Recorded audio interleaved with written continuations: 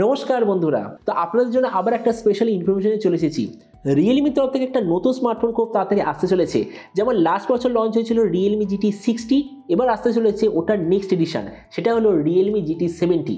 এবার যে Realme GT 60 চায়নাতে কী নামে লঞ্চ হয়েছিল, রিয়েলমি GT Neo 6 AC বলে, কিন্তু এবারে লঞ্চ হবে রিয়েলমি Neo 7 AC বলে। তো এই জন্য এই ভিডিওতে আমরা ওই যে চাইনিজ স্মার্টফোনটা যেটা নাম হবে রিয়েলমি Neo 7 AC, ওটা সম্বন্ধে আমরা ডিসকাশন করব। তো চলো শুরু করা যে ভিডিওটা কোনো সময় নষ্ট না করে, আপনি যদি গ্যাজেটল বাংলা চ্যানেলে প্রথমবার আসেন আর এরকম বাংলা টেক ভিডিও ডেইলি দেখতে চান, তাহলে গ্যাজেটল বাংলা চ্যানেলে সাবস্ক্রাইব অবশ্যই করে নেবেন। তো প্রথমে আলোচনা করবি স্মার্টফোনটার ডিজাইন সম্বন্ধে। তো যেমন দেখতে পাচ্ছেন এবার যে GT 70 এর পেছন দিকটা দেখতে এক্স্যাক্টলি এরকম, মানে আমরা বলতে পারি রিসেন্টলি যে লঞ্চ হয়েছে রিয়েলমি Neo 7, তার পেছন দিকে ক্যামেরার কাটিং বা পেছনের যে মেটেরিয়ালটা যেরকম পুরো সেরকমই এই ফোনে আপনি দেখতে পাবেন। এর থিকনেস হলো 8.6 মিলিমিটার আর ওয়েট 205 গ্রাম। এর পেছন দিকে আপনি পাবেন মোস্ট প্রবাবলি প্লাস্টিকের ব্যাক কভার, আর সাইডে আছে প্লাস্টিকের ফ্রেম। আর ফোনটা আপনি 2 থেকে 3টে ডিফারেন্ট কালারে দেখতে পাবেন। ডিসপ্লের দিক থেকে এতে আপনি পাবেন 6.67 inch 1.5K 120 hertz 10 bit flat LTPO AMOLED display, তার সঙ্গে 2500 হার্জের টাচ সামিং রেট, 3840 হার্জের PWM ডিমিং রেট, 6000 নিটসের brightness, 20:9 aspect ratio, 94% screen to body ratio. Display সার্টিফিকেশানে আছে HDR10+ ডলবি ভিশন দুটো সার্টিফিকেশান, আর তার সঙ্গে গরিলা গ্লাস ভিক্টাস 2 এর ডিসপ্লে প্রোটেকশন।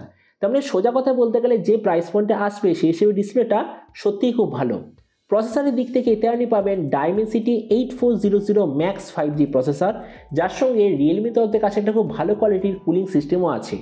ক্যামেরার দিক থেকে আছে 50 আর 2 মেগাপিক্সেলের ডুয়াল রিয়ার ক্যামেরা, তার সঙ্গে 16 অথবা 32 মেগাপিক্সেলের সেলফি।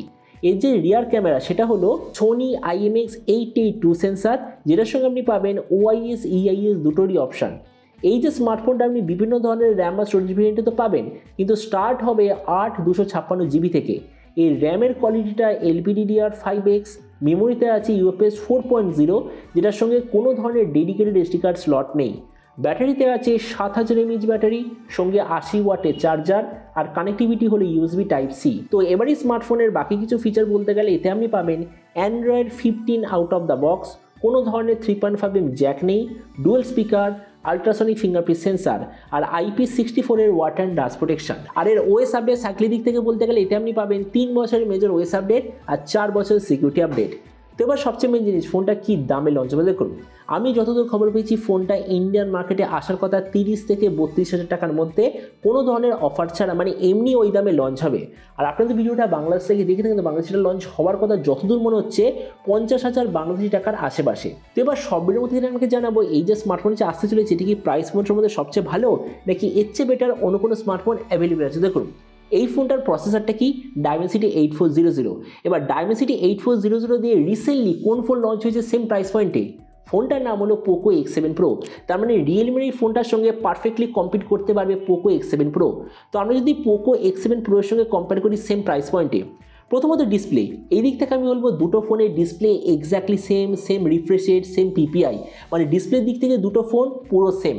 প্রসেসর দুটোতেই আছে Dimensity 8400 কিছু না কিছু ভার্সান, তো এই জন্য প্রসেসরের দিক থেকে দুটো ফোন এক্স্যাক্টলি সেম।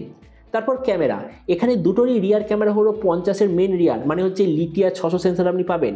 রিয়েলমির ফ্রন্টে থাকবে 32-এর সেলফি, পোকোর ফ্রন্টে আছে 20 সেলফি।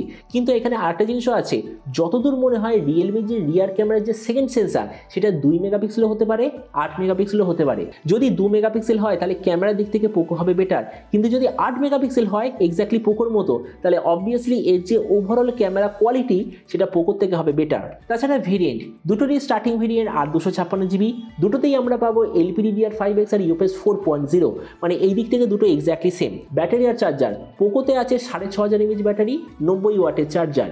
রিয়েলমিতে আছে 7000 mAh ব্যাটারি কিন্তু 80 ওয়াটের চার্জার। তার মানে ওভারঅল ব্যাটারি আর চার্জারের দিক থেকে দুটো প্রায় সেম। স্পিকার দুটোতেই ডুয়েল স্পিকার, মানে এই দিক থেকে দুটো সেম।